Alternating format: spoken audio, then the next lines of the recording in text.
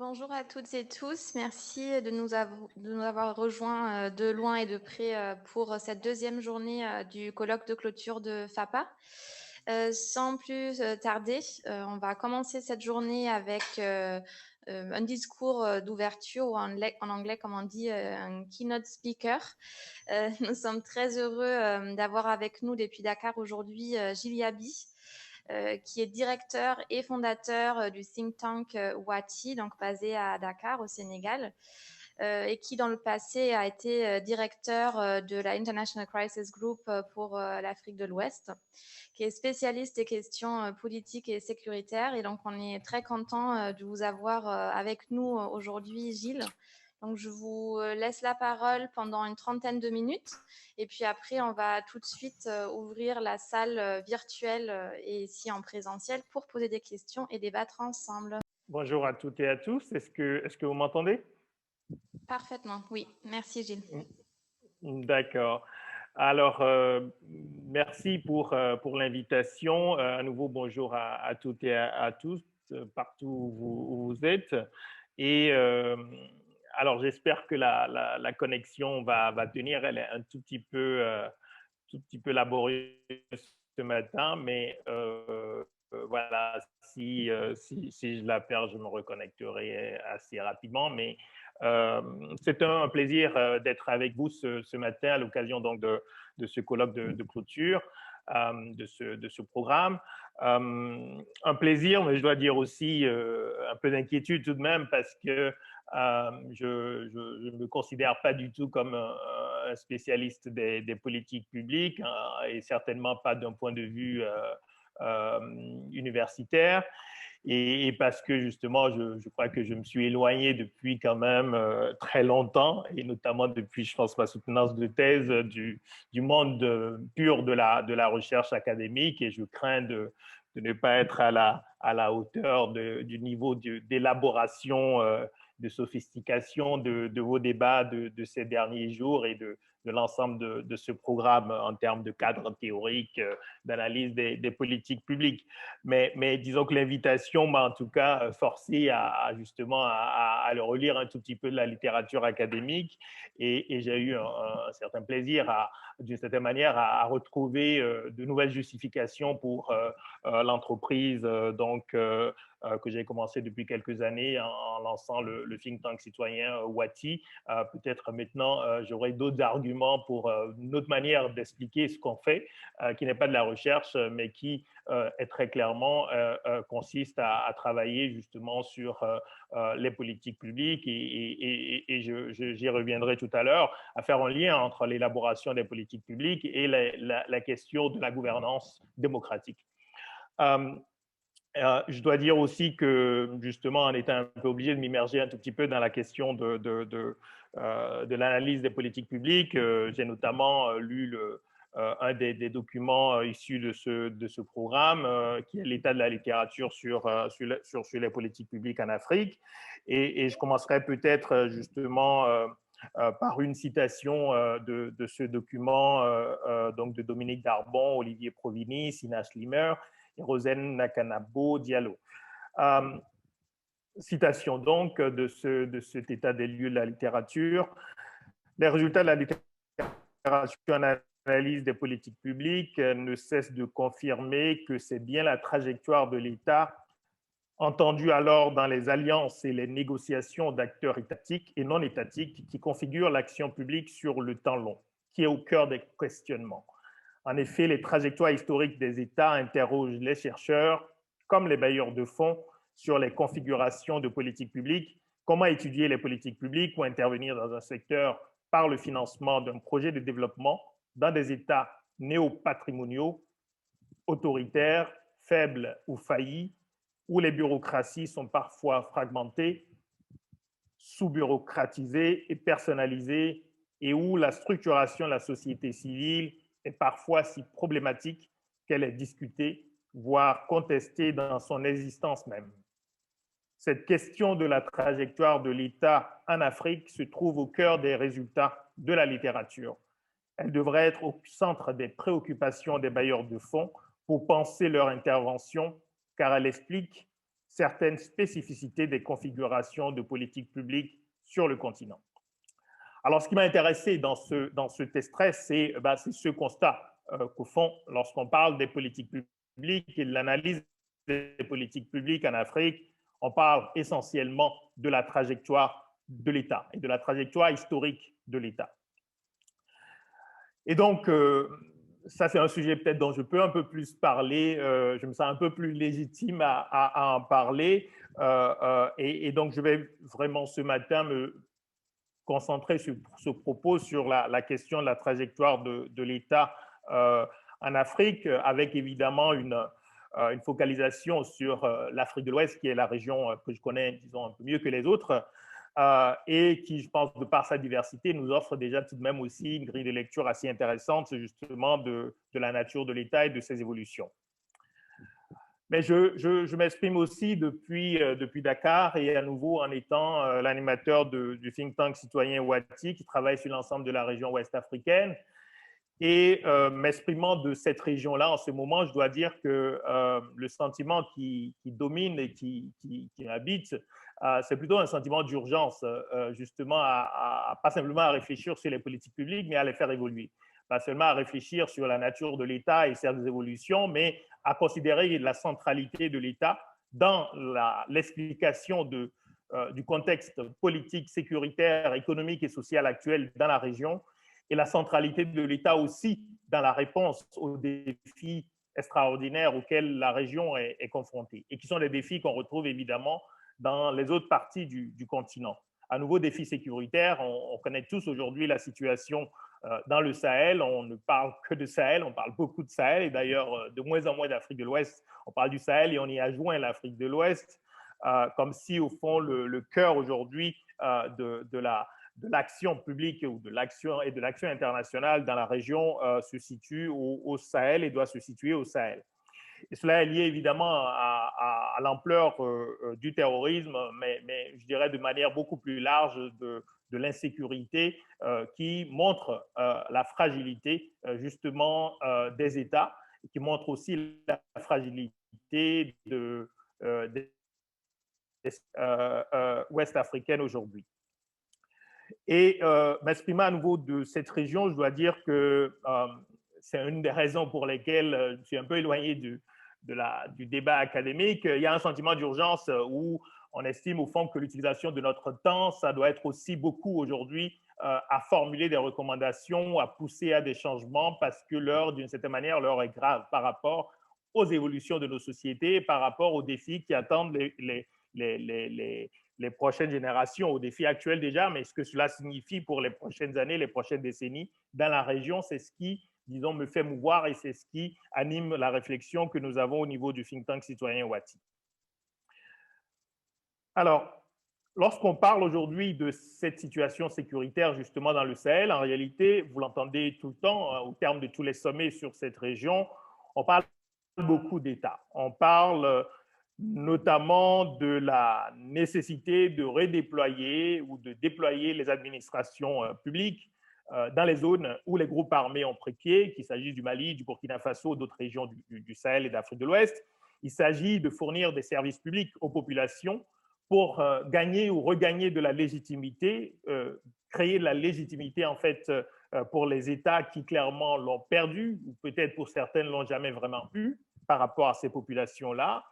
On parle beaucoup de recréer ou de créer un lien entre l'État et les populations, des populations longtemps marginalisées justement dans ces zones éloignées des capitales, et notamment lorsqu'on regarde les cartes de l'insécurité en Afrique de l'Ouest, et d'ailleurs au-delà, on voit bien qu'une très grande partie de cette insécurité se concentre dans les zones frontalières et donc assez loin finalement des capitales où se décident les politiques publiques et où se mettent en œuvre beaucoup les politiques publiques, et où clairement aussi on a fait beaucoup plus d'investissements que dans les zones les plus éloignées.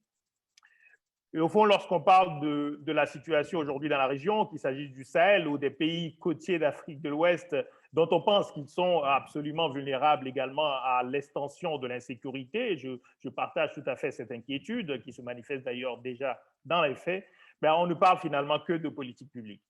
On parle quasiment que de politique publique. Cela souligne donc à nouveau la centralité de la question qui vous anime, de comprendre un peu la fabrique des politiques publiques et leur mise en œuvre.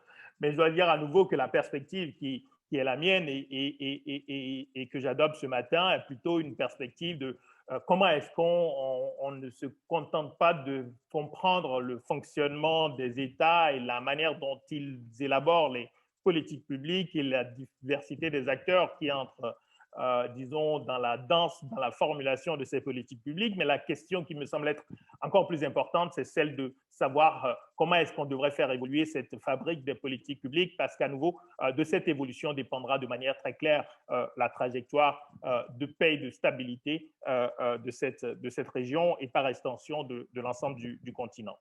Je crois que la trajectoire des États, elle est au cœur enfin, la trajectoire des États au cours des dernières décennies est le facteur déterminant de l'état des lieux aujourd'hui.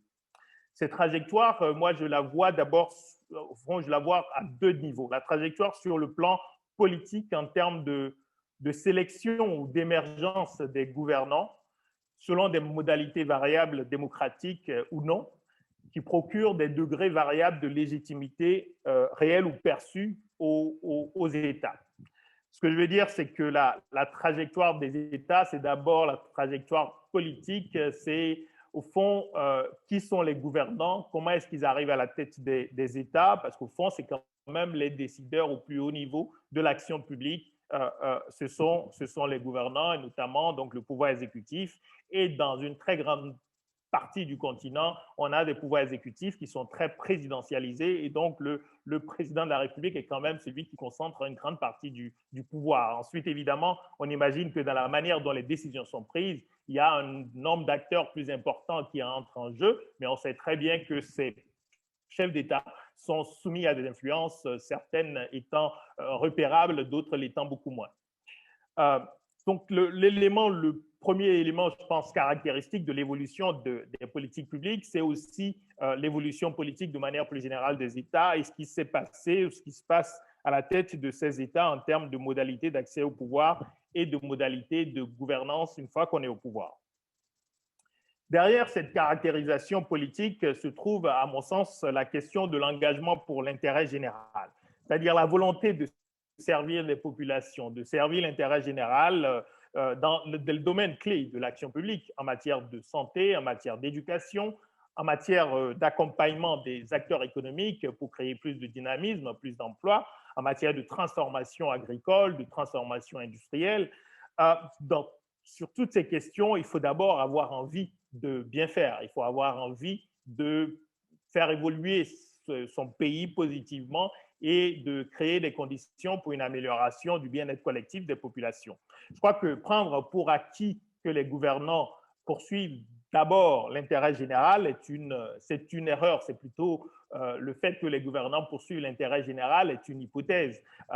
Évidemment, ça ne veut pas dire qu'ils sont antinomiques à la poursuite de l'intérêt général, mais ça veut dire qu'ils ont beaucoup d'autres intérêts aussi qui entrent en jeu. Et la question de comment est-ce qu'ils dans la réalité, qu'est-ce qui est prioritaire? Je crois que cette question, elle est évidemment essentielle. Je crois que c'est une erreur de considérer à nouveau que cette poursuite de l'intérêt général par les gouvernants est une donnée. Je crois que c'est une erreur en Afrique comme partout ailleurs d'ailleurs dans le monde.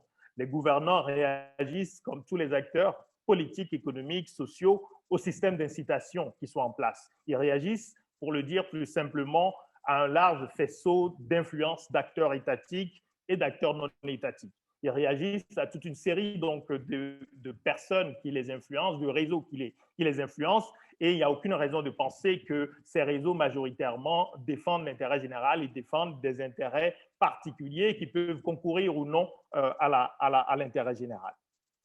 La trajectoire des États, c'est aussi la volonté ou non de construire progressivement des appareils étatiques solides avec des administrations compétentes, des ressources humaines de qualité au sein des États qui vont être donc affectées à la formulation et en tout cas à la mise en œuvre des politiques publiques. Ça va dépendre aussi de la capacité à mettre en place des incitations justement à l'efficacité de l'action publique, la volonté de présence de l'État, de déploiement des moyens de l'État sur l'intégralité des territoires nationaux, avec une véritable politique d'aménagement territorial et évidemment des investissements publics qui visent ou viseraient à réduire les inégalités régionales marquées. Je reviens à ce que je disais tout à l'heure, lorsqu'on regarde aujourd'hui la situation sécuritaire dans la région du Sahel et au-delà, un élément très clair qui me semble être évident, c'est la question des inégalités, je dirais, spatiales, des inégalités entre les territoires. Il est très clair que lorsqu'on a une superposition des inégalités d'accès aux services publics, à l'éducation, à la santé, et en même temps des inégalités d'accès au pouvoir ou à une parcelle du pouvoir, on a des inégalités qui finissent par produire des sentiments très forts de frustration. Et ensuite, il suffit que cela rencontre les moyens d'action violents pour qu'effectivement on ait des situations de rébellion armée ou en tout cas de groupes de contestation armée des systèmes en place. Donc, trajectoire des États, je dis bien sûr le plan politique en termes de qui gouverne et au fond, dans l'intérêt de qui. Et de l'autre côté, la question de la capacité des États. Et je crois que cette distinction est importante et qu'on ne le fait peut-être pas souvent lorsqu'on regarde des trajectoires comme de pays comme le Mali, par exemple, et qu'on fait une analyse qui est centrée sur la question démocratique. Est-ce qu'on a des pouvoirs démocratiques? Est-ce qu'on a des pouvoirs bien élus? Est-ce qu'on a des pouvoirs légitimes? Je crois que la question est évidemment essentielle. Mais on peut avoir des États qui soient présents, qui soient forts, qui soient même efficaces, sans qu'ils ne soient démocratiques. Et je crois que séparer la question de la trajectoire politique des États de celle de la trajectoire de construction d'États qui soient efficaces, qui soient présents et efficaces, je crois que cela est extrêmement important. Parce qu'on a besoin aujourd'hui des deux dimensions, des progrès dans les deux dimensions. C'est de la légitimité politique des gouvernants pour donner la légitimité aux États, mais aussi la légitimité par rapport aux populations, c'est aussi une légitimité en termes de capacité à être utile pour les populations. Et c'est dans ce sens-là, à nouveau, qu'on peut avoir des États qui ne soient pas démocratiques, mais qui soient utiles par leur capacité à produire de la sécurité, leur capacité à produire des politiques économiques de qualité, leur capacité à produire des emplois ou à créer un contexte favorable à la création d'emplois, etc. Et donc, il me semble que lorsqu'on analyse les politiques publiques, on doit prendre en compte à la fois la question de politique de la légitimation de l'État et des élections, de fonctionnement démocratique, mais on doit aussi séparer et prendre en compte la question, disons, repérer les indices de consolidation des États en tant qu'administration publique efficace et présent au bénéfice des populations. Et cette efficacité, c'est aussi, et c'est justement leur capacité à formuler des politiques publiques et à les conduire. Je crois qu'on est aujourd'hui dans la région dans une véritable volonté de reconquête ou de conquête d'une forme de souveraineté dans l'élaboration des politiques publiques. Et je crois que dans l'état des lieux de la littérature que vous faites justement l'analyse des politiques publiques, il est très clair que les partenaires extérieurs, les bailleurs de fonds, la Banque mondiale et d'autres ont pesé de manière très importante dans la formulation des politiques publiques sur le continent au cours des dernières décennies. Je crois que lorsqu'on regarde en tout cas le résultat de ces politiques publiques, on voit bien qu'il n'y a pas vraiment de raison de s'en satisfaire et de considérer que ça a été un brillant succès. Ce qui veut dire qu'aujourd'hui, on a besoin, je crois, au niveau du continent, à nouveau, de considérer que les politiques publiques sont non seulement centrales, mais qu'on doit revoir la manière dont elles sont élaborées, le faisceau d'informations sur lequel on se base et surtout les réseaux qui doivent participer à la discussion sur les politiques publiques. Le positionnement qui est le nôtre, justement, au sein du think tank Watsi, consiste précisément à estimer que les politiques publiques doivent concerner tout le monde. Ce positionnement consiste à dire que tous les citoyens, au fond, qui souhaitent s'impliquer dans l'élaboration ou en tout cas dans la discussion sur les orientations des politiques publiques doivent pouvoir le faire. Toute la logique qui est derrière la création du think tank que j'anime, c'est justement celle-là. C'est celle de disséminer de l'information sur tous les secteurs dont les dynamiques déterminent l'évolution de la qualité de vie des populations: santé, éducation, nutrition, agriculture, développement industriel, innovation scientifique, recherche, dans tous ces domaines de l'action publique il n'y a aucune raison d'estimer que cela doit être laissé simplement à la communauté épistémique de ceux qui savent et que les citoyens sont incapables de comprendre les orientations, par exemple, de systèmes éducatifs et de participer à la réflexion sur l'orientation de ces systèmes éducatifs ou des systèmes de santé. La logique aussi de Wattie est celle qui consiste à lier les réformes institutionnelles et politiques que nous souhaitons pour le continent à la redéfinition justement des politiques publiques, avec l'idée forte que les politiques publiques doivent être repolitisées. Repolitiser, ça veut dire justement forcément donner une place moins importante aux acteurs extérieurs, mais aussi à la pure expertise interne. C'est d'estimer que les choix de politique publique sont des choix politiques. Et si ce sont des choix politiques, les citoyens, justement, dans leur très grande majorité, doivent être tout à fait légitimes à s'intéresser à ces politiques publiques et avoir accès à l'information qui leur permet de formuler une opinion sur les politiques publiques.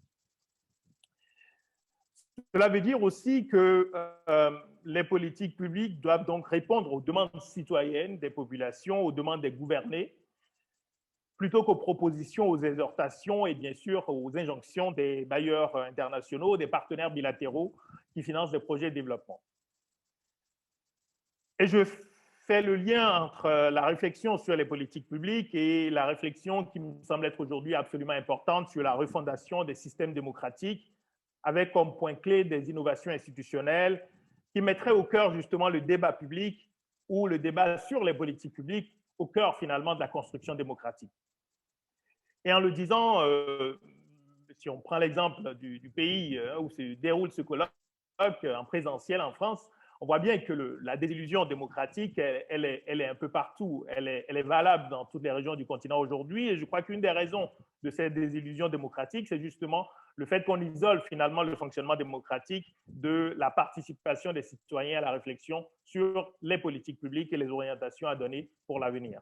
Et je crois que ce qui s'est passé avec l'exemple de la Convention sur le climat en France donne un peu le sentiment d'une réalisation, en tout cas, de la nécessité d'aller au-delà du fonctionnement démocratique qui se réduit un peu trop souvent à l'organisation régulière d'élections.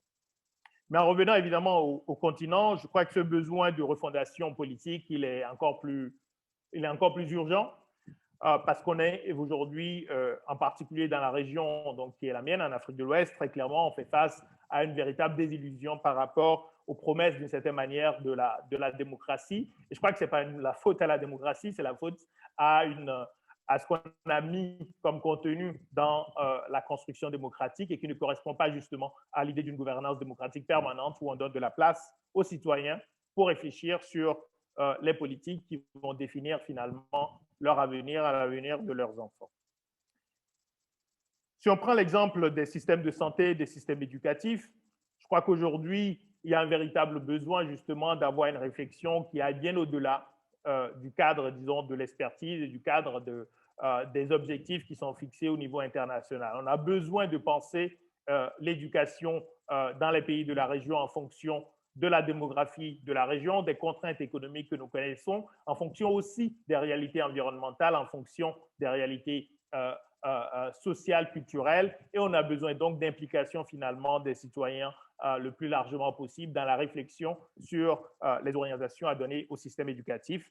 Et je dirais la même chose exactement du système de santé. Nous travaillons beaucoup au niveau de Wattie sur les systèmes de santé et dans le contexte Covid ou post-Covid, on craint justement qu'on ait un peu la même orientation qui va consister à se focaliser sur la lutte peut-être contre des maladies ou aujourd'hui peut-être la réponse aux épidémies et à oublier que les systèmes de santé, c'est aussi les ressources humaines, c'est le fonctionnement au quotidien des services de santé, c'est le fait à nouveau de disposer de médecins, d'infirmiers, de tous les acteurs des systèmes de santé et qu'évidemment sur ces questions-là, on a assez peu de mobilisation internationale et cela souligne à mon avis la nécessité justement de repolitiser la question des politiques publiques et de faire en sorte que sur ces réflexions-là, on prenne aussi le temps d'écouter les citoyens sur ce qu'ils considèrent comme étant les problèmes prioritaires au quotidien et ceux auxquels, disons, les politiques publiques devraient donc s'adresser. Et je vais peut-être terminer en disant, enfin, deux choses. Premièrement, la question des États, des politiques publiques, c'est aussi la question des ressources humaines des États. Et s'il y a une question qui est assez peu discutée, sur laquelle on investit aussi assez peu, c'est celle aujourd'hui des modalités finalement hein, de recrutement dans les fonctions publiques africaines. C'est la question des incitations. Est-ce qu'on a des politiques de ressources humaines qui intègrent réellement des incitations ou est-ce qu'on est encore dans des systèmes qui sont totalement dépassés, qui ne permettent pas non seulement d'avoir d'une certaine manière les meilleurs dans les États, dans les appareils administratifs, mais aussi une fois qu'on a des fonctionnaires, comment est-ce qu'on fait pour s'assurer qu'ils soient motivés et qu'ils produisent des résultats. Et je crois que sur cette question, évidemment, essentielle des politiques publiques, celle à nouveau des ressources humaines à la disposition des États pour élaborer les politiques publiques, elle est centrale. On ne peut pas parler de centralité des politiques publiques pour définir l'avenir des pays du continent si évidemment on continue à considérer qu'on a besoin simplement des meilleurs, des cadres les mieux formés dans le secteur privé, dans les agences de développement et finalement les États sont incapables de mobiliser en leur sein les ressources humaines dont ils ont besoin pour produire des politiques publiques de qualité.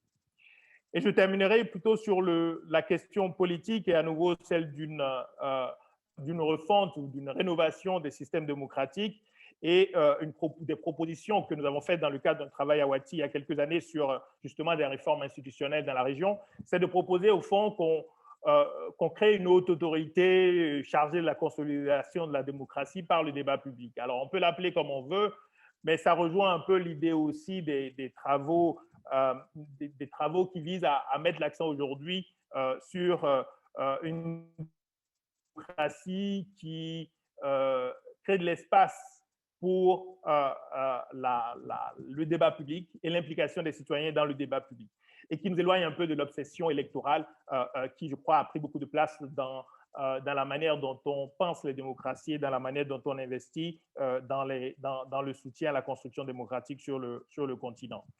Et en proposant cette autorité qui serait constitutionnelle, l'idée pour nous était de dire justement qu'une telle autorité peut avoir comme mandat justement constitutionnel de conduire des campagnes d'éducation civique, mais surtout d'organiser des débats annuels sur les grands domaines de l'action publique, éducation, santé, sécurité, politique économique, politique sociale, politique culturelle, protection de l'environnement, politique étrangère. Et donc, pourquoi est-ce que finalement, au-delà de l'Assemblée nationale ou des institutions qui en tiennent lieu, pourquoi est-ce qu'on n'aurait pas la possibilité d'avoir des institutions qui, elles, soient dans l'animation quasiment permanente justement du débat public et qui permettent de repolitiser l'action publique, pas simplement en impliquant les partis politiques, mais en impliquant la société civile et les citoyens de manière générale. Cela veut dire évidemment donner l'accès aussi à plus d'informations aux citoyens et c'est une grande partie, disons, de la motivation qui nous anime au sein du think tank Ouati, c'est de parler d'éducation, de parler de santé et d'estimer finalement que les citoyens, même sans être experts, ont la capacité de comprendre les grands enjeux de l'action publique dans tous ces domaines d'intérêt général. Je vous remercie pour votre attention et donc je me tiens évidemment disponible pour des questions et je vous remercie à nouveau pour cette invitation. Merci beaucoup, Gilles Abi, de nous avoir rejoints. Merci beaucoup pour cette très bonne introduction à cette deuxième journée du colloque de clôture de FAPA. Donc, tout d'abord, je reviens sur le début en fait de votre présentation, qui était la question de votre légitimité à intervenir dans un colloque scientifique. Et vous avez tout à fait votre place ici, et c'est pour ça qu'on a aussi fait appel à vous parce que vous posez cette question qui était importante aussi pour nous. Qui est de savoir en fait comment on fait la passerelle entre une accumulation des savoirs, une création de connaissances à travers un projet de recherche et la mise à disposition, la valorisation de ces recherches à des acteurs qui sont impliqués dans l'action. Donc, c'était tout à fait, en fait, dès la conception du projet de recherche, une question qui nous préoccupait.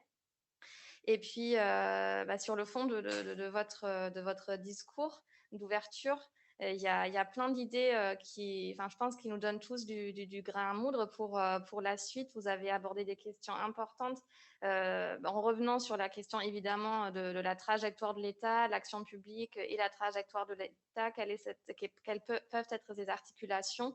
Et à la grande question dont on a moins parlé lors du colloque et peut-être je dirais même dans nos travaux, qui est celle de la participation aux politiques publiques. Et je pense que c'est une question qu'on pourra notamment poser dans notre réflexion sur l'écart entre la fabrique et la mise en œuvre des politiques publiques. Vous êtes revenu sur la question aussi de régime politique, démocratique et action publique. Donc, c'était une question qui animait aussi beaucoup nos débats de la première journée. Et puis peut-être aussi un secteur sur lequel on a moins travaillé et qui est celui de la sécurité. Les politiques de sécurité sont quand même une partie très importante des fonctions aussi de l'État. Comment fournir de la sécurité. Donc, je pense que pour le futur, ça peut être des questions tout à fait intéressantes à travailler. Et puis, évidemment, la question des élites et aussi de la politisation des politiques publiques. Donc, je pense qu'il y a là tout un panorama d'idées et de pistes aussi à poursuivre qu'on pourra peut-être immédiatement reprendre dans la discussion. J'imagine qu'il y a des remarques, des commentaires, des questions dans la salle ici, mais n'hésitez pas pour les participants à distance aussi de mettre vos questions dans le chat du Zoom, mais on va les lire directement. Donc, je ne sais pas si immédiatement, ici dans la salle, il y a des remarques, des réflexions, des questions. Ah, d'accord. On commence. Ok. Ok, d'accord. Alors, je vais d'abord relayer une question de Martial Hatzé. Donc, je cite, « Comment les populations africaines peuvent-elles s'impliquer dans l'élaboration des politiques publiques alors que le taux d'analphabétisme est élevé ?» Je pense qu'on va prendre plusieurs questions je vais laisser la parole à Dercio d'abord. Dercio, vous pouvez enclencher votre micro. Oui, bonjour, vous m'entendez? Oui, très bien. Ok, merci. Je vais peut-être faire un commentaire après une question très rapide sur cette question de la participation aux politiques publiques, mais on peut dire même participation aux politiques en général. Juste peut-être pour dire qu'il y a l'impression qu'on parle de la même chose. Parfois, si on cite les cas de la France, ou d'autres pays, qu'il faut toujours avoir le contexte juste pour appliquer le concept. Moi, j'avais une question quand vous avez parlé de cette section de désengagement politique, parce que j'ai écouté, vous avez dit que peut-être on constate le désengagement politique en Afrique par rapport aux acteurs politiques, aux élites et cette question-là. Mais la question que je me pose, c'est justement pour comprendre, est-ce qu'on a besoin vraiment de la participation politique en Afrique de la même façon qu'on voit, par exemple, en France? Parce que vous avez donné l'exemple de la Convention citoyenne qui a été réalisée en 2020 ou peut-être 2019-2020 ici en France. Mais comment appliquer ce concept pour le cas de l'Afrique? Est-ce qu'on parle de la même participation aux politiques publiques, aux questions par rapport aux élites? Mais est-ce qu'on a véritablement les désengagements dans le cas de l'Afrique? Parce que peut-être en France, mais pas tout à fait de la même façon qu'on voit dans les pays africains. Et c'est ça que je me pose en tant que question à réfléchir par rapport à ce que vous avez dit. Et merci. Merci beaucoup. On va prendre deux autres questions. Je donne la parole à Catherine Baron et ensuite il y aura Sidi Sissoko. Merci beaucoup. Merci beaucoup pour cette présentation. J'ai trouvé très, je vais dire comme ça, rafraîchissante parce que comme le dit Sina, c'est vrai que depuis hier, on a peu entendu parler du mot citoyen en fait. Et je trouve que ça fait du bien que vous réintroduisiez cela dans le débat.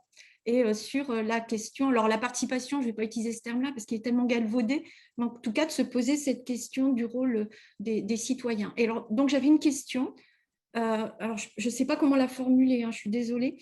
Je trouve que c'est très intéressant en fait de regarder ce qui se passe dans le contexte du Sahel aujourd'hui, parce qu'on est dans un contexte très particulier. Moi, j'ai parlé du secteur que je connais mieux, hein, qui est le secteur de l'accès à l'eau potable et donc des services de base. Et il se trouve qu'en fait, dans le Sahel, et notamment au Burkina, hein, qui est le pays sur lequel je travaille plus particulièrement, on se retrouve avec l'arrivée de nouveaux acteurs qui sont des acteurs de l'urgence, et que ces acteurs de l'urgence s'inscrivent en fait complètement de façon décalée par rapport aux politiques publiques et qui fournissent en fait un certain nombre de services, notamment d'eau, par exemple gratuite, qui prend le contre-pied complet de la politique publique de l'eau du Burkina. Et donc, on donne un service à des populations qui sont des populations réfugiées, qui s'accumulent dans les villes. Il y a une grosse pression sur la demande en eau, etc. Et donc, moi, la question que je me pose, c'est quelle est la place des citoyens dans la formulation de politiques, mais ce n'est même pas des politiques, c'est des réponses d'urgence.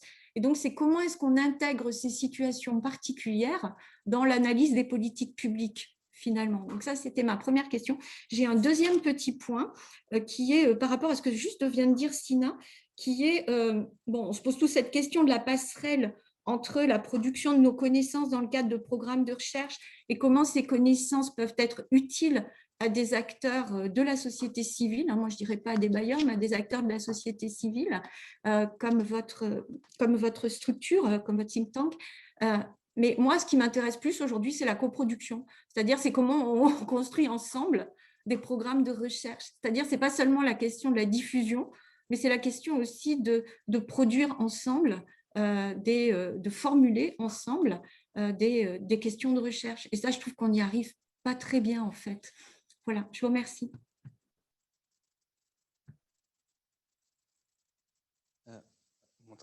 Ouais, merci beaucoup pour la présentation. C'était deux remarques, questions. La première remarque, c'était peut-être en lien aussi avec les deux premières questions, en fait. C'est pour ça que je voulais prendre la parole. C'est par rapport à l'impératif en fait, participatif. Effectivement, c'est quelque chose qui existe en France de façon très forte. Mais il y a eu beaucoup d'études en fait là-dessus qui montrent que dans la participation se reproduisent les inégalités qu'on cherche à combattre et qu'en fait ces dispositifs ils sont plus cosmétiques qu'autre chose en fait. Donc du coup voilà, ça rejoint les deux premières questions. Et, comment est-ce qu'on fait en fait concrètement pour pas reproduire les inégalités dans ces dispositifs de participatif? Et puis aussi, est-ce que c'est une réelle demande de la population? Voilà. Voilà, ça c'est la première remarque et question aussi. Et puis la seconde, c'est vous avez beaucoup axé la présentation sur le contexte sécuritaire. Effectivement, c'est un vrai contexte. Et moi, je voulais aussi vous poser la question de qu'en est-il des instrumentalisations en fait politiques qui peuvent exister justement de ce contexte sécuritaire, notamment dans le cas du Sénégal. Il y a actuellement une loi qui est en train de passer sur le terrorisme, qui est assez contesté, qui a engendré, je crois, des petites manifestations, etc. Donc du coup, voilà, l'autre versant de ce contexte sécuritaire, autour des instrumentalisations qui peuvent être faites en politique, dans la politique intérieure, en fait, de ce contexte sécuritaire. Voilà, vu de l'extérieur, en tout cas, ça ressemble, mais peut-être que c'est pas le cas, je sais pas.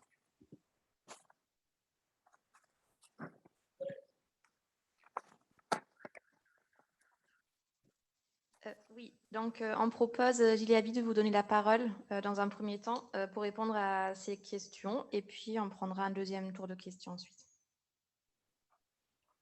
D'accord, merci beaucoup. Peut-être, Sina, j'ai été déconnecté je pense une petite minute. Alors, donc, j'ai peut-être manqué une des questions. Peut-être celle avant il y avait une question sur, voilà, faisant référence à la Convention climat. Juste avant celle-là, est-ce qu'il y en avait une autre? Pour que je ne manque pas peut-être l'une des deux premières questions. Après celle que vous avez relayée de M. Hatsé, est-ce qu'il y en avait une autre? On vous propose de répondre dans un premier temps et puis s'il y a des questions auxquelles vous n'avez pas répondu, on invitera les personnes en question de reprendre la parole. Très bien, très bien. Merci beaucoup pour toutes ces questions et pour l'intérêt, donc pour le propos. Alors, sur la question de l'analphabétisme, hein, je crois que c'était une des premières questions. Comment est-ce qu'on fait pour impliquer en gros les citoyens alors qu'on a des taux d'analphabétisme qui sont très élevés? Bon, première chose, première réponse, je dirais justement le fait qu'on ait des taux d'analphabétisme très élevés, c'est aussi les résultats des politiques publiques, ou en tout cas de ce qui n'a pas été fait, ou ce qui n'a pas été bien fait en matière de politique publique, parce qu'en réalité, à mon sens, il est inacceptable qu'on ait les taux d'analphabétisme que nous avons dans un certain nombre de pays africains, alors qu'on avait la marge pour évidemment avoir des évolutions beaucoup plus importantes. Mais la deuxième réponse, c'est aussi de faire attention à ne pas confondre le fait de ne pas être alphabétisé dans la langue officielle du pays, le français pour les pays francophones par exemple, et de penser que cela veut dire que ces populations ne peuvent pas discuter de politique publique. Je crois qu'on a le réflexe de le penser, mais en réalité, dès lors qu'on met à la disposition des populations de l'information dans la langue qu'elles comprennent et qu'on met sur la table les enjeux des choix, qu'on prend le temps de le faire, je crois que ces populations peuvent tout à fait participer à la discussion sur les politiques publiques et qu'on fait souvent l'erreur de confondre, en fait, d'associer l'analphabétisme à une forme d'incapacité à réfléchir. Je crois que ce dont il est question, à mon avis, aujourd'hui, c'est la culture du débat public autour d'informations informer citoyens si on ne met pas, on fait pas un travail préalable de mise à disposition de l'information dans les langues que les populations pratiquent. Mais il est très clair qu'aujourd'hui, évidemment, le défi est extrêmement important parce qu'on n'a pas fait des progrès suffisants dans l'alphabétisation dans les langues officielles. On a une grande partie du discours justement sur les politiques publiques qui se fait seulement dans ces langues officielles. Et évidemment, on se retrouve dans une situation où on ne peut que constater le gap justement entre les États et la manière dont ils fonctionnent et ceux qui l'animent et les populations, en particulier celles qui ne pratiquent pas, en tout cas pas bien la langue officielle du pays. Donc ça rend plus complexe, plus difficile d'un point de vue opérationnel la participation des citoyens aux politiques publiques. Mais la dernière réponse par rapport à ça, c'est que de toute façon, on n'a pas le choix. Ce n'est pas parce qu'on a aujourd'hui les taux d'analphabétisme que nous avons qu'on ne va rien faire. Donc, pour moi, cela rend les choses beaucoup plus compliquées, cela souligne ce qui n'a pas été fait et qui nous met dans une situation où aujourd'hui, ce qu'il y a à faire est évidemment beaucoup plus difficile. Mais nous n'avons pas d'autre choix, me semble-t-il, pour répondre aux défis, y compris de reconnexion des sociétés à leurs États, que de créer les conditions de cette participation des citoyens à la discussion sur les politiques publiques. Il y avait une question par rapport à l'exemple que j'ai donné de la Convention climat. Alors, sur ça, je voudrais être très clair. Lorsque nous avons produit ce document qu'on appelle Mataki Awati sur les réformes constitutionnelles qu'on estime souhaitables pour les pays d'Afrique de l'Ouest, on ne l'a pas fait en pensant à la Convention climat en France. C'est venu après. Et ce que nous, on a en tête, ce que moi je défends, ce n'est pas simplement une forme d'expérimentation comme celle que fut la Convention climat, qui est effectivement très, très critiquée parce qu'elle reproduit des inégalités dans la participation, etc. Mais on voit aussi, je crois, je ne sais pas où on en est exactement, mais toutes les recommandations n'ont pas été adoptées par le président, qui finalement, à la fin, sélectionne un peu tout de même ce qu'il veut tirer de ce type de convention, qui donc, en fait, est une consultation. Moi, je crois beaucoup plus à la piste des autorités indépendantes constitutionnelles, un peu comme ce qu'on voit dans la Constitution sud-africaine, où on a une série d'institutions qui sont présentées comme étant des institutions de consolidation de la démocratie. C'est-à-dire qu'on a le gouvernement, on a le pouvoir législatif et on a une série d'institutions qui participent à ce qu'on considère comme étant l'essence de la démocratie. Cela souligne déjà qu'on ne considère pas que l'aspect représentatif est simplement un des aspects de la démocratie, et c'est ça qui va se traduire par l'élection des députés, qui, dans le cadre, par exemple, de l'Afrique du Sud, c'est eux qui choisissent le président. Mais le fait d'avoir des autorités constitutionnelles indépendantes et de leur affecter des missions spécifiques, cela veut dire qu'on considère à nouveau qu'on donne un contenu beaucoup plus important à la démocratie que l'organisation des élections. On y met l'état de droit, on y met la protection des minorités, on peut y mettre la sauvegarde de l'environnement, on peut y mettre l'égalité homme-femme, et c'est précisément le cas dans la Constitution sud-africaine. Et donc, je crois plutôt à cette piste parce qu'il ne s'agit pas, dans ce cas, de faire des expérimentations où c'est le président qui décide sur une question particulière d'avoir une convention où on a de la participation citoyenne, mais dans ce cas, c'est inscrit dans la Constitution qu'on a des modalités, on a même des institutions dont le mandat constitutionnel est de s'assurer de la prise en compte de la vie des citoyens dans des domaines clés de l'action publique.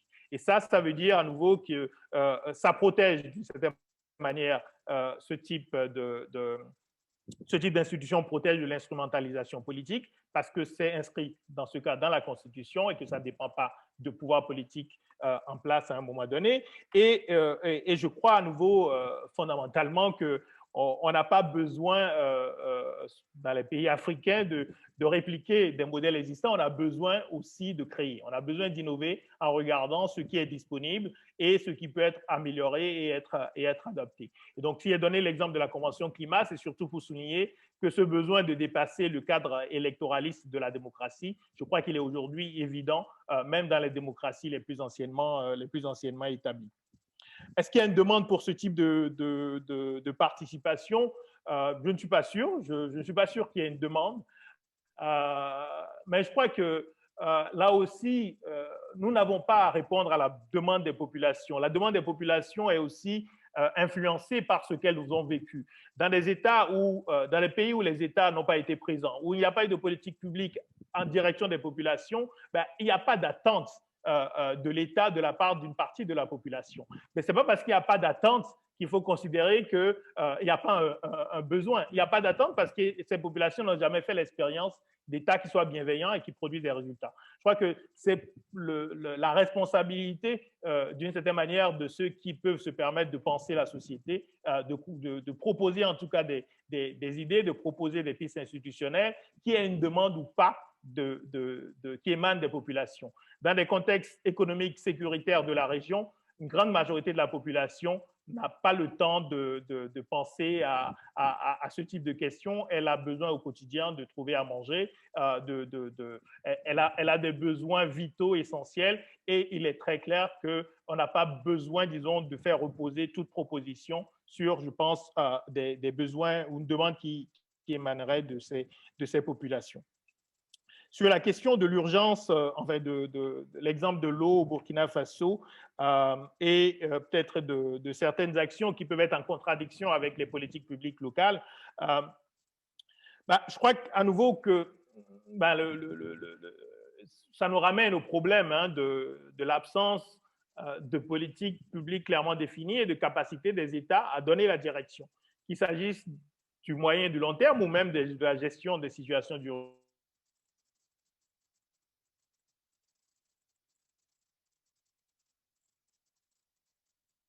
Des États organisés doivent être capables de donner des orientations très claires, y compris dans le domaine de l'urgence, et donc de s'assurer que ce qui est fait par les organisations humanitaires correspond aussi à la ligne ou en tout cas la logique de l'intérêt général. Mais cela met à nouveau cela permet de remettre l'accent à nouveau sur la nécessité, je pense, du débat public, d'un minimum de débat public, parce que lorsqu'on a un débat public, au moins, on a une confrontation d'idées, on peut savoir si cette distribution de l'eau gratuite aux populations peut poser des problèmes ou pas, on sait qu'elle part d'une bonne intention, mais si on n'a pas de débat, évidemment, on ne peut pas confronter les idées et peut-être arriver à un moment donné à une délibération sur la meilleure manière d'opérer sans d'avoir une bonne réaction d'urgence, mais qui en même temps ne soit pas ensuite préjudiciable à ce qu'on essaie de construire sur le moyen et le long terme. Sur la coproduction des programmes de recherche, je dois dire qu'à nouveau, n'étant pas vraiment dans le domaine de la recherche académique, en tout cas, je n'ai pas nécessairement de réponse sur comment est-ce qu'on pourrait faire en sorte qu'on ait une coproduction de programmes de recherche par les chercheurs et par des organisations de la société civile ou des think tanks.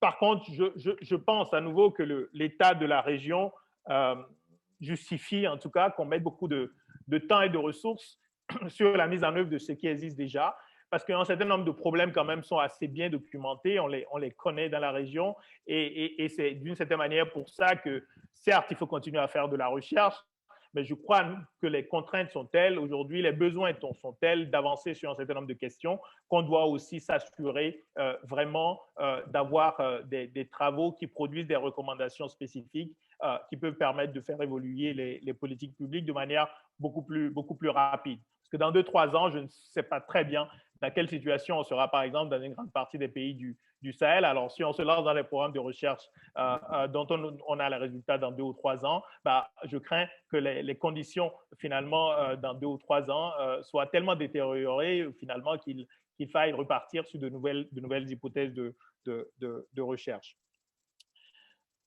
Peut-être enfin sur la question de l'instrumentalisation peut-être des politiques sécuritaires. Oui, vous avez tout à fait raison. Bon, il y a en ce moment au Sénégal toute cette contestation des réformes du projet de loi sur le terrorisme. Mais de manière plus générale, il est très clair que la lutte contre le terrorisme, en Afrique comme ailleurs d'ailleurs, offre pour des opportunités politiques d'avancer des agendas qui ne sont pas en lien direct avec la lutte contre le terrorisme. Dans beaucoup de pays de la région, on est dans une phase de régression démocratique et de rétrécissement de l'espace civique.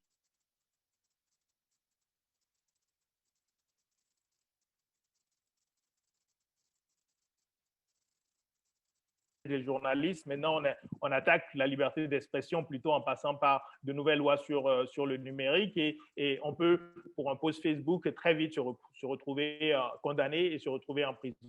Mais c'est un exemple parmi d'autres. Il y a très clairement la possibilité et l'utilisation par les pouvoirs du contexte de lutte contre l'insécurité et contre le terrorisme pour verrouiller l'espace public, pour limiter l'espace d'expression des organisations de la société civile et des médias. Et on le voit aussi avec le Nigeria en ce moment qui a banni Twitter. Il est très clair que cette instrumentalisation fait partie du contexte politique actuel de la région. Et cela justifie à nouveau, à mon sens, le besoin d'espace de réflexion et d'espace de débat public.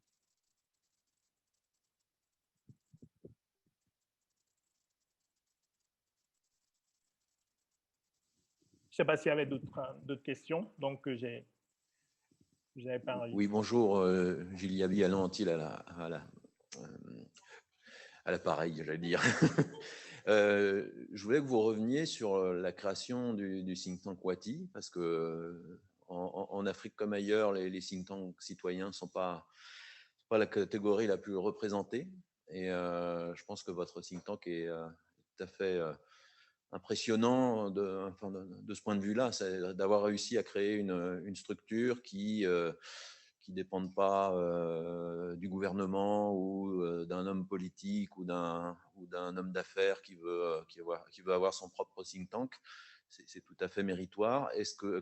D'où vous est venue cette idée? Est-ce que vous avez des correspondants, entre guillemets, dans d'autres pays, c'est-à-dire des structures à peu près analogues à celles que vous avez mises en place? Je parle notamment en Afrique de l'Ouest ou plus largement, si vous le voulez. Merci beaucoup. Alors, on a 2 questions du public. Je vais donner la parole d'abord à Quentin Ghislain. Vous pouvez activer votre micro. Oui, bonjour, vous m'entendez? Ghislain, excusez-moi. Vous m'entendez? Oui, très bien.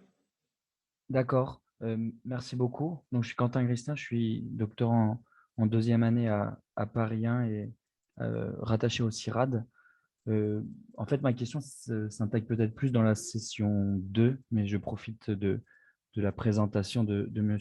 Yabi pour la poser. M. Yabi a mis en avant donc, la situation d'urgence dans la région ouest africaine et le fait que l'utilisation de son temps donc, au sein du think tank citoyen Wati était dédiée principalement à la formulation de recommandations. Et donc, finalement, du fait de cette situation de crise multiple, sécuritaire, politique, sociale, l'emphase est mise sur l'action et l'opérationnel et l'analyse de la littérature scientifique, la recherche, et donc une activité secondaire.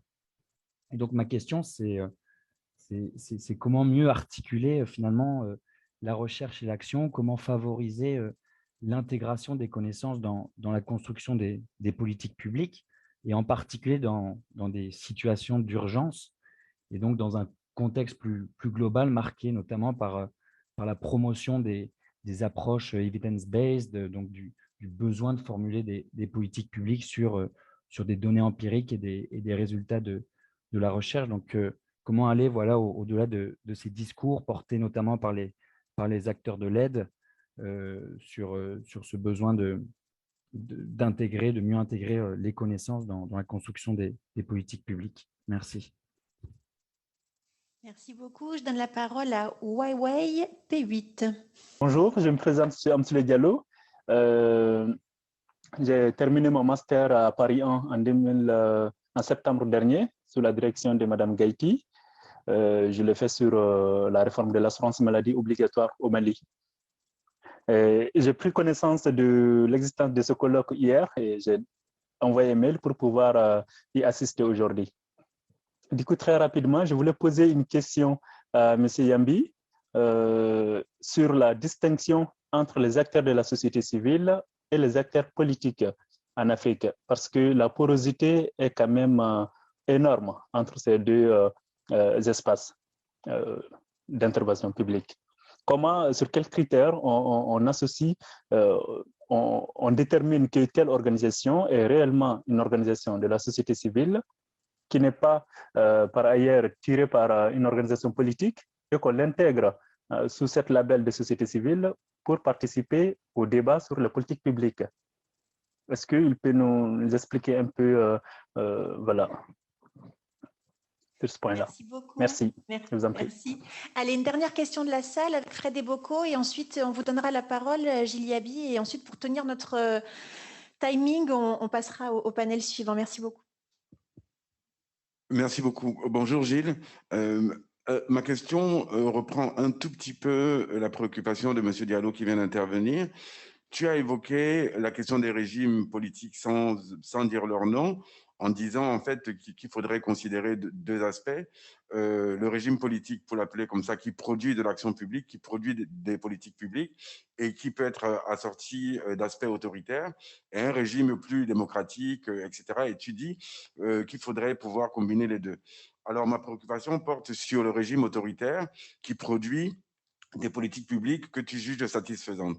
Ma question est, quand les citoyens n'ont pas l'occasion de les exprimer, quand les libertés publiques sont réduites, sur quelle base tu évalues le sens de l'action publique? Qui donne de la validité à cette action publique? Ma question sous-entend qu'en fait, c'est à partir de critères tout à fait arbitraires, les ponts, les routes, les écoles, qui ne sont pas forcément les critères des citoyens qui ne peuvent pas s'exprimer, que nous décidons que tel pays produit de l'action publique qui est positive, etc. Quand il y a une manière de faire, de valider en quelque sorte le sens de l'action publique, c'est l'expression démocratique, ce sont les libertés publiques, ce sont les élections, entre autres. Mais quand cet espace est restreint, je ne sais pas sur quelle base on décide que tel pays produit une action publique qui est satisfaisante quand les personnes pour qui c'est fait n'ont pas la possibilité de s'exprimer. Donc ma question, elle est politique, mais elle est aussi éthique.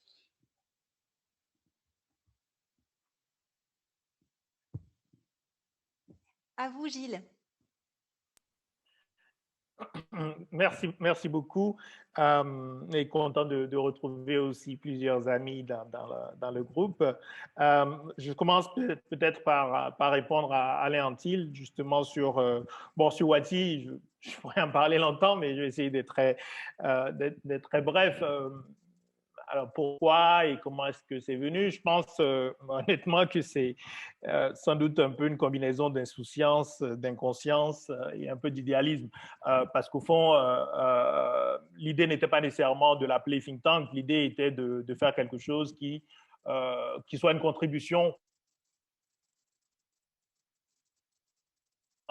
qu'elle soit nouvelle par rapport à ce qui existe déjà dans la région. Et c'est justement pour ça voilà, qu'on a décidé de l'appeler think tank citoyen pour souligner cette spécificité. À la fois, elle est régionale, ce n'est pas un think tank national, mais c'est aussi un think tank qui met au cœur de son action la mise à disposition d'informations d'analyse aux citoyens le plus largement possible et qui veut légitimer la participation de ces citoyens à toutes les discussions qui concernent au fond leur avenir. Et c'est vrai que le modèle, enfin, je ne suis pas basé sur un modèle existant, très clairement, c'est quelque chose qu'on a conçu et qui a fini par, d'une certaine manière, par s'établir, mais qui reste évidemment encore très fragile. Hein. C'est un think tank citoyen qui ne vend rien, donc qui repose aujourd'hui sur des contributions, des subventions de partenaires, essentiellement des fondations, et dont la volonté aussi de défendre l'idée de financement participatif, ça reste une ambition très forte, mais pour l'instant, ce n'est pas tout à fait encore une réussite de ce point de vue-là. Mais ce que je veux dire, ce qui me semble être important, c'est vraiment le fait de vouloir, enfin, c'est aussi tiré de l'expérience que j'ai eue dans d'autres organisations internationales, et le sentiment qu'il fallait à un moment donné qu'en Afrique, on crée nos propres espaces de réflexion et que ces espaces de réflexion soient ancrés dans les réalités locales et que ces espaces de réflexion, à nouveau, mettent l'accent sur des informations qu'on peut vraiment diffuser assez largement et pas simplement dans des cercles restreints de centres de recherche. Il y a beaucoup de centres de recherche sur le continent ou dans la région, mais il n'y a pas, à ma connaissance, effectivement, d'organisations qui fassent exactement ce que Wati fait, où on produit un peu, mais on est surtout une plateforme qui accueille des contributions de tout le monde, mais des contributions qui sont accessibles au grand public, et on dissémine beaucoup des résultats de la recherche. L'autre think tank peut-être auquel je penserais, en termes d'engagement par contre, au Burkina Faso, c'est Free Afrique, que j'aime beaucoup, mais qui a un positionnement plus économique, mais qui fait des universités de la jeunesse, et je trouve ça extrêmement intéressant ce qu'ils font en ce moment pour amener justement des jeunes à débattre de certaines questions au-delà, bien entendu, de l'économie qui est au cœur de l'activité de Free Afrique au Burkina Faso. Il y a Thinking Africa que j'aime bien aussi, mais qui est un modèle un peu différent, mais qui essaie de disséminer aussi de l'information à travers notamment des vidéos. Donc, il y a des think tanks un peu qui essaient de faire ce travail, mais c'est vrai que notre positionnement à Wati est très particulier et que c'est d'abord lié à nouveau à, voilà, comme je le disais, à une volonté d'apporter quelque chose qui puisse être utile et qui puisse aussi survivre. Ce qui est un des grands défis des organisations sur le continent, c'est le défi de la pérennité. Sur la question de la formulation des recommandations et de l'activité de recherche. Alors, considérée comme secondaire, non. Ce que je disais, ce n'est pas que la recherche est secondaire par rapport à l'urgence, disons, aux urgences auxquelles nous faisons face dans la région.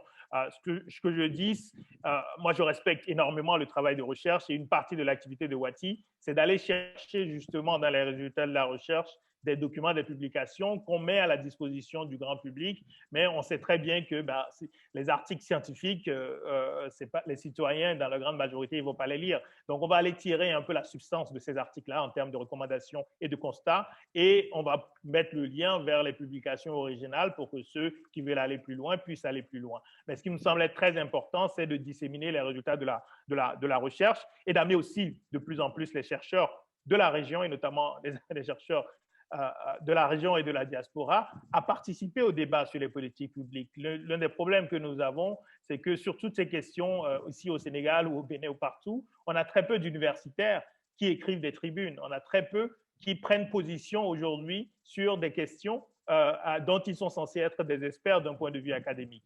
Donc, tant qu'on n'a pas cette prise de risque aussi de la part des chercheurs et cette capacité à s'exprimer de manière plus claire, plus simple, en direction du grand public, on ne peut pas avoir des débats publics de qualité. Et c'est vrai qu'une des ambitions de Wati, c'est de créer cette plateforme qui permet aussi à des chercheurs de pousser leurs idées différemment qu'évidemment à travers leurs publications de recherche qui, à nouveau, n'atteindront jamais une masse importante de population. Sur la question de monsieur Diallo, avec un téléphone Huawei. Je crois que la distinction entre les acteurs de la société civile et les acteurs politiques, c'est vrai que c'est une question qui revient souvent. Il y a beaucoup de critiques pour dire qu'une bonne partie de la société civile est souvent, au fond, une annexe des partis politiques. C'est la réalité dans beaucoup de cas. Mais pour moi, ce qui me semble être important, au fond, c'est la transparence. C'est-à-dire que le fait qu'il y ait de la mobilité entre les acteurs de la société civile et les acteurs politiques ne pose pas problème. On peut tout à fait être acteur de la société civile un jour et décider à un moment donné de rejoindre le parti politique ou de participer à une élection, mais il faut que ce soit très clair. Il faut qu'à partir de ce moment-là, on se présente comme un acteur politique et qu'on l'assume totalement. Moi, je pense qu'il faut faire attention à délégitimer les partis politiques et l'action politique, elle est extrêmement importante. Ce qu'il faudrait, c'est que les partis politiques redeviennent aussi des think tanks, au fond, que les partis politiques aussi deviennent des espaces de discussion et qu'à côté, on ait ensuite de la vraie société civile et des think tanks indépendants qui animent aussi les discussions publiques. Mais je crois à nouveau que passer beaucoup de temps à essayer d'avoir des critères qui distinguent la société civile des partis politiques, ce n'est pas extrêmement utile parce qu'en fait, assez rapidement, on se rend compte de la confusion qu'il peut y avoir entre différents agendas. Sur la question de Fred et Boko, évidemment, sur la caractérisation que je fais des États, la distinction que je fais entre la légitimité politique et la légitimité finalement par la production de politiques publiques qui pourraient être des politiques publiques de qualité, pour moi, c'est pour éviter une confusion dans l'analyse qu'on a souvent. Je pense qu'il ne s'agit pas de justifier, mon choix est très clair en faveur de régimes qui soient démocratiques. Parce que je pense que les régimes autoritaires ou dictatoriaux ont une faiblesse congénitale, c'est qu'elles n'assurent pas les conditions de leur reproduction. Donc même si on a des régimes autoritaires qui à un moment donné produisent des résultats en termes d'éducation ou de dynamisme économique, d'emploi, etc., on a généralement une très grande faiblesse parce qu'on n'a pas la certitude de la durée et qu'au fil du temps, même les régimes autoritaires efficaces deviennent de plus en plus inefficaces.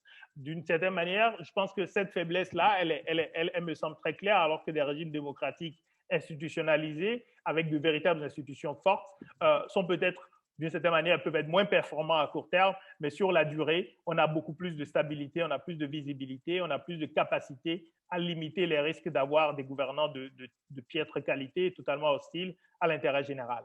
Mais il me semble aussi important quand même de dire qu'on ne peut pas dire que la Chine, avec son modèle qui n'est pas un modèle démocratique, on ne peut pas dire qu'elle n'a pas des résultats en termes de politique publique. Certes, il n'y a pas de débat public qui permette d'avoir des critères objectifs et d'avoir une contestation d'une partie de ce bilan, mais je crois qu'on peut quand même de manière objective, sur le plan de la lutte contre la pauvreté, sur le plan bien sûr des infrastructures, etc., on peut tout à fait estimer qu'il y a des régimes autoritaires qui sont plus efficaces que d'autres, ce qui ne nous amène pas du tout à estimer que c'est la voie à suivre.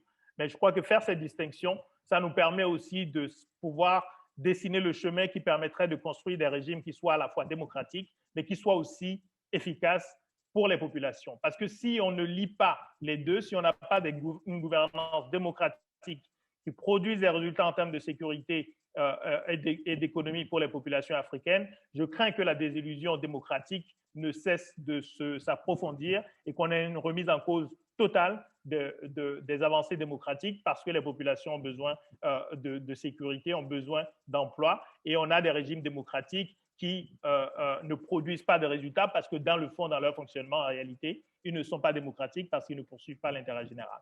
Donc, j'espère que ça clarifie un peu, Fred, mon propos sur ce point-là.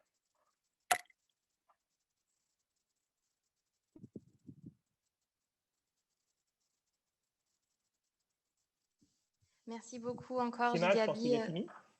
Oui, du coup, on a un peu de retard dans le programme, mais c'était une discussion passionnante. Merci d'avoir pris le temps d'être avec nous et vous êtes bien évidemment invité à rester toute la journée Et pour faire un petit teaser, donc, on aura cet après-midi une table ronde sur les questions de la valorisation de la recherche et des passerelles recherche-action. Donc, je pense qu'on est déjà un petit peu au cœur du sujet. Encore merci à vous. Et puis, sans tarder plus, on va passer au prochain panel qui sera animé par Olivier Provini.